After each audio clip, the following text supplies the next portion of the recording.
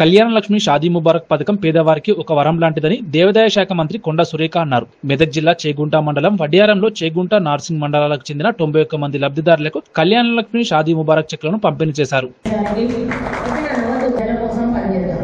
బయట పార్టీ కార్యక్రమాలలో మనం ఇటువంటి కార్యక్రమాలు చేసుకుందాం. మనం ఈ ఆనవాయితీ దయచేసి ఇలాగే కొనసాగిస్తే బాగుంటుందని నా యొక్క అభిప్రాయం. అదేవిధంగా వేదిక మీద కూర్చున్నటువంటి కలెక్టర్ గారికి మరియు ఇతర నామినేటెడ్ కానీ ఎలక్టెడ్ కానీ హృదయపూర్వక నమస్కారాలు.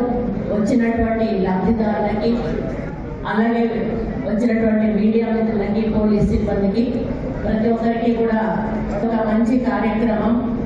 ఒక ప్రభుత్వం ఉన్నప్పుడు కొన్ని పథకాలను ప్రవేశపెట్టినప్పుడు మళ్ళీ ప్రభుత్వాలు మారినప్పుడు ఆ పథకాలను కంటిన్యూ చేస్తుంది అంటే అది మంచి పథకం అని మనం భావించాలి. అప్పుడు రాజశేఖర రెడ్డి గారు ఉన్నప్పుడు రాజీవ్ ఆరోగ్యశ్రీ లాంటి కార్యక్రమాలు కానీ, ఫీజు రియంబర్స్మెంట్ లాంటి కార్యక్రమాలు కానీ, రైతు రుణమాఫీ లాంటి కార్యక్రమాలు కానీ చేసినప్పుడు మళ్ళీ వచ్చే ప్రభుత్వం వాటిని టేక్ ఓవర్ చేసి మళ్ళీ కంటిన్యూ చేయడం జరిగింది.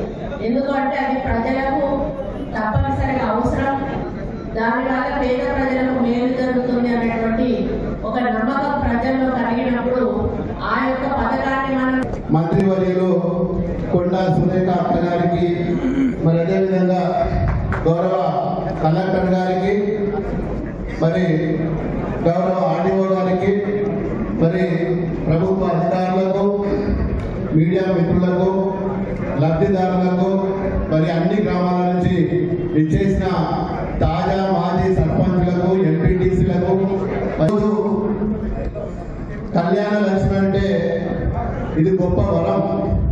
పేదవారికి మరి పెళ్లి చేసుకోవాలంటే, ఒక ఆడపిల్ల పెళ్లి చేయాలంటే మరి ఎంతో కష్టం. అది అనుభవించిన వాళ్ళకే తెలుస్తుంది. మరి దాన్ని పురస్కరించుకొని మరి గత ప్రభుత్వంలో మరి కళ్యాణ లక్ష్మి కార్యక్రమం